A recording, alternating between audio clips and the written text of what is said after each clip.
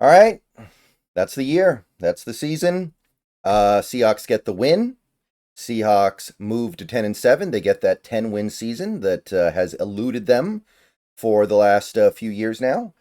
And we go into the offseason with some momentum, I guess. To be perfectly honest, I think that given the situation the Rams were in, you would have hoped for a little bit better than what we got today, but nevertheless, the team gets the win 30-25. This video is powered by BetUS. More on them a little bit later, but first let's pull apart this game just a little bit here. And honestly, it's pretty easy to pull apart. You can kind of pull it apart right at the middle. It was the exact opposite of last week's game against the Bears. The offense, they played great. The offense, that was an excellent game by almost everyone involved. Maybe a couple guys on the offensive line you could pinpoint is not playing all that well. I thought that Charles Cross had one of his weaker games of the year. I think that Mike Jarrell playing out there, I mean, obviously you're not going to expect him to play great, but he definitely put some low lights on the tape. But they were playing a defense, a Rams defense that actually was trying in this game. They played their starters, they played their best players for a pretty large portion of that game. So I have nothing but nice things to say about this Seahawks offense after that game. They played really well. I'll even give it up a little bit to Ryan Grubb. I thought Ryan Grubb called a pretty decent game, and my opinion of him has not changed, but I will give credit where credit's due. So all the way down the line, this offense I think deserves high marks. And then you have the other side. You have the defensive side of the ball, where a week after they turned in one of their best performances of the year and one of their best performances in years, they go up against a Rams team that was playing a lot of backups. They go up against a Rams team that technically had something to play for, but it wasn't that much. And they get gashed. 400 yards, 25 points. They needed a goal line stand basically at the end of the game in order to preserve the win. And I can tell you this, it's pretty unlikely that tomorrow when all the numbers come out, they're going to be a top 10 defense in points or EPA per play, which are the two markers that I like to use to try to capture where things are in a general sense. And the fact that they couldn't preserve that against a Rams team mostly playing backups with Sean McVay not even calling the plays is kind of sad. And maybe their mind was elsewhere, but I don't have much time for that kind of stuff, man. You got one more game left. So, mixed bag. Again, I'm not really mad about anything. I think getting mad about things right now would be a complete waste of time. That game was what it was. That game was just something we needed to do because the league mandates it. You can't forfeit. And there's there's a lot going on in terms of what is going through these players' minds. I have some sympathy for that, but I gotta be honest. There's one side of the ball after this one that has me scratching my head just a little bit. Like, well, what was that? What do we say about that?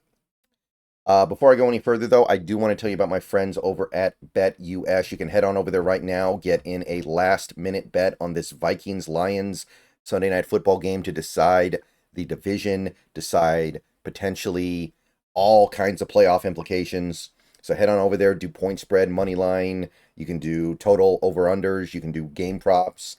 You can bet on college football playoffs. You can bet on hockey. You can bet on basketball, all kinds of stuff. Do it over on BetUS, best online sportsbook and casino in the business. Use promo code YouTube150 to get a 150% deposit bonus on your first deposit up to $2,000 and 125% deposit bonus on your next two deposits up to $2,000. So get on over to BetUS. Still got a little bit of time to get that final regular season game of the year bet in. Make it happen. All right, so anyway, back to this game. Yeah, let's start with the offense because that's the side of the ball A plus basically, right? The Rams were playing this game seriously on defense. They had their starters in. I saw plenty of Jared Verse, saw plenty of Byron Young, saw plenty of Cameron Kinchins, and they did their thing.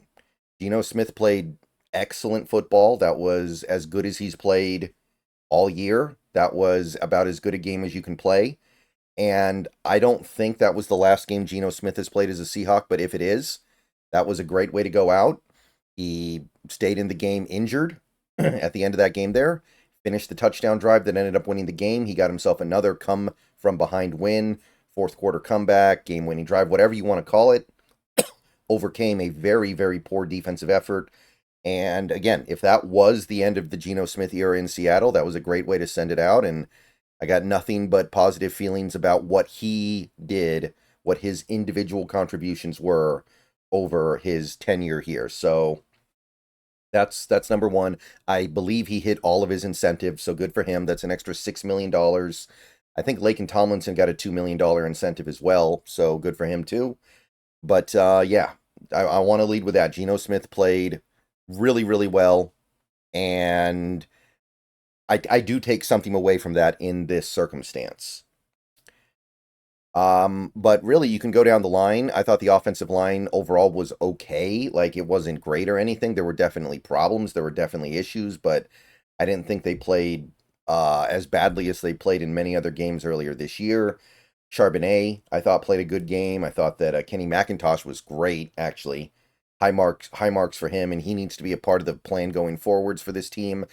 You can find snaps for a third string running back in this league. I really do believe that. I want to give it up to Noah Fant. Probably his best game of the year receiving, at least. And I know it seems kind of, some people are going to look at Noah Fant and say, oh, thanks for showing up after it mattered. But that was genuinely a good game, and he scores the final touchdown of the season, a game-winning touchdown to get to 10 wins. Metcalf scored a touchdown. Overall, you got to be disappointed in his game. He ends the season without hitting 1,000 yards, which I know he missed a couple games, but the body of work is not going to be too exciting to anybody. The production just, I don't know if you blame it on Grubb. I don't know if you blame it on Geno. I don't know if you blame it on Metcalf. Blame it on the offensive line, whatever. But for one reason or another, this is not working the way that it should be right now. DK Metcalf is better than this. And I'm glad he got in the end zone. I'm glad he made a couple of nice plays, but man, got a tough decision to make this offseason, and he's not making it any easier with this production compared to the money that he's about to ask for. AJ Barner. I got to talk about AJ Barner here. He was awesome. I think AJ Barner, maybe not the best player on our offense. I'm sure you could find several players on this offense that were better, but that was maybe his best game of the year. And that guy continues to show me that he is part of the long term here. He could become a very good tight end in this league. Maybe not a Pro Bowl caliber tight end, but a very good tight end in this league. Liked what I saw from him. JSN didn't break the record. He did tie it. He did get to 100 catches. Kind of bummed for him not being able to break it, but he probably will break it if you just give him enough time. He's that good. And Lockett, he did what Lockett's been doing for the last couple months. He's not capable of having a monster game anymore, but he did make 2 nice catches, including a third down conversion on the game-winning drive. That's the Tyler Lockett that I know. So I'm not expecting him. I know everyone would have loved to have seen a 100-yard game from him. I know everybody would have loved to have seen him have a throwback game in what is probably his final game as a Seahawk. But I think that that was never realistic. And he made the plays that we really needed him to make to get this win. So, hey, appreciative of that. So, offense, great. And yes, that does include Ryan Grubb. Now, that doesn't mean I think Ryan Grubb is good now. That doesn't mean I want to bring him back. I stand by everything I've said this year, but that was a better game. We did the hook and ladder play. Yeah, I mean, it wasn't really a hook and ladder the way we ran it, but it was, hook and ladder-ish. And it was very nice. It was very pretty. And I feel like that play always works. I definitely think teams should be trying to run that as much as humanly possible. It feels like defenses just don't really have an answer for it. So love that.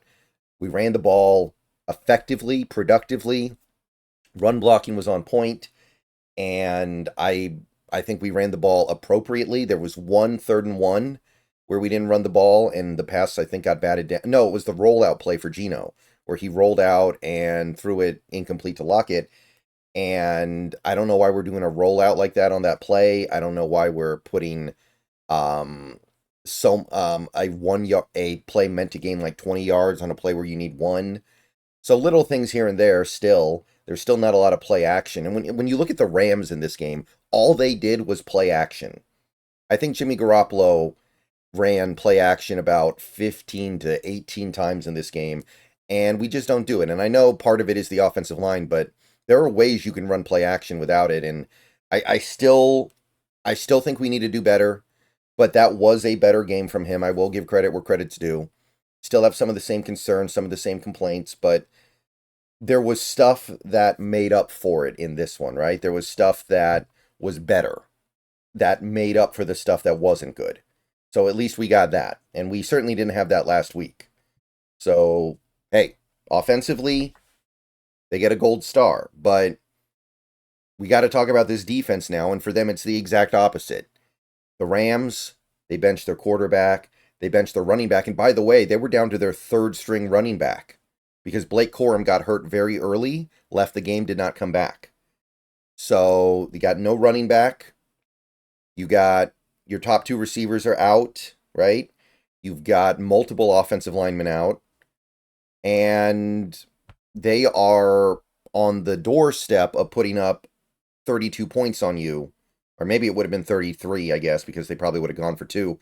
But they are on the doorstep of 33 points. That's something that is going to bug me as we head into this offseason. I know that our cornerback room is decimated. Everybody got hurt this last week for the cornerbacks for the Seahawks. And I know that was a big problem in this game. But you want to talk about not having your main players, look at what the other team has to deal with and get back to me. Like that cannot be the excuse. Okay? That other team is dealing with it too. So I don't know if I really want to hear that much. Run defense was okay, I guess. Especially because, Byron Murphy left this game, right? Byron Murphy didn't play very much in this game. And when you lose him and you've got no defensive line depth to speak of, okay, I know it's not going to be amazing. And it was still pretty good. Like, the run defense was not a problem today for me. No carries more than 10 yards, 4 yards per carry. I can live with that, right? I guess that was okay. Shout out to Leonard Williams. He had another, I think it was 2 sacks. So he's got 11 now on the year. Phenomenal season for Big Cat. And maybe I'll give a shout out to Julian Love. He had a couple nice plays in coverage. Tyrese Knight picked up a sack of his own. But after that, man, like I guess you give a shout out to Ernest Jones. I thought he played fine, but no pass rush. No meaningful pass rush. And that's something that's kind of hard to track through here, but the thing that really stood out to me was just the Rams spamming screen pass. All they did this whole game, it felt like, was play action screen pass. Play action, let the pressure get right into Garoppolo's face. Garoppolo gets it off for a screen pass, and it's wide open, and there's yards to get because we sent pressure. And we never adjusted to it. We never forced Jimmy Garoppolo to try to do anything else. And what do you think Jimmy Garoppolo's going to do? He's Jimmy Garoppolo. He doesn't have an arm to push the ball down the field consistently.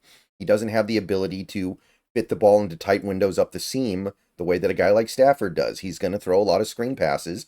The Rams called a really good game for a very limited quarterback, and it's just frustrating that we weren't able to adjust to it at all. It felt like we got really badly outcoached on that side of the ball, and that's not what I needed to see in this game. I can't count how many times Garoppolo would just do play action, turn around, let the pressure get right up in his face, and then dump it off in big yards. Over and over and over again, it felt like. And that was the big part of it, but that's not all of it. Really no pass rush off the edge, no meaningful pass rush. Mafe, Hall, Nwosu, barely noticed those guys in this game, it felt like. I'll have to go back and rewatch. Maybe I missed some stuff, but I didn't feel like they did much. Cornerbacks. Here's the thing. I understand that you got a lot of guys out there who shouldn't be out there. Nehemiah Pritchett got destroyed in this game. He probably shouldn't be out there right now. He's out there because everybody got hurt. You had some not so great plays from guys like Artie Burns. You had some not so great, really bad plays actually from Trey Brown before he got hurt. And these are guys who would not really be playing if we were healthy, but Devin Witherspoon, that was bad. Like, Devin Witherspoon had a garbage game out there, and he's a starter. He's supposed to be one of the best players on this team, so I can't go too far with this, you know? You're playing the Rams. Of course they're going to do play action. You can't bite on everything. So that bugged me, right? That has to bug you a little bit. I guess Kobe Bryant played okay, but Rayshawn, more bad stuff from Rayshawn. Now he's gone after this year no matter what, so no real point in getting mad about it, but I thought Rayshawn was bad. The tackling was lazy. I mean, maybe it's just as simple as a team that is thinking about Cabo. Maybe it's just as simple as a team thinking about vacations starting later this week or next week or whatever, but I mean, you're still getting a game check this week. So I'm not really in the mood to just say that and shrug it off as, well, that's the reason why. But that's really about it. Special teams, we made a long field goal. Dixon was good. Darden fair caught a punt at the 5-yard line, which was really bad. Tyrese Knight screwed up a pin inside the 2-yard line, which was bad. So mixed bag there as well. So nothing to feel great about, nothing to feel upset about. I mean, there was really never going to be anything in this game to be that upset about. I'll say this defense pushed me. You give up 400 yards to the Jimmy Garoppolo-led Rams. They don't even have Sean McVay calling plays. That doesn't sit well with me, admittedly.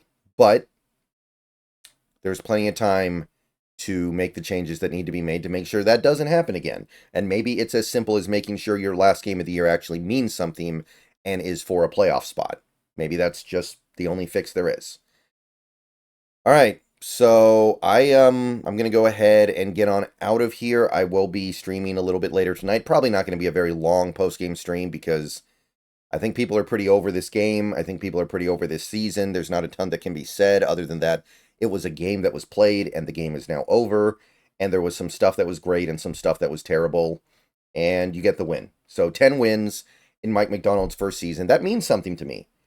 Like, I'm not here to tell you that 10 wins is not impressive. And 10 wins in this modern NFL is going to get you in the playoffs a vast majority of the time. By some measure, we are very unlucky that we are on the outside looking in with 10 wins. But we gotta try to be better than a 10-win team going forward. 10 wins, that gets you in, and it usually gets you right out. So even if we had gotten in, would this season have ended the way we wanted to? Probably not. So next year you have to be much better. So this is not a scenario that can ever play out. If you had won 12 games, you don't have to worry about this. Thank you to BetUS for powering this video.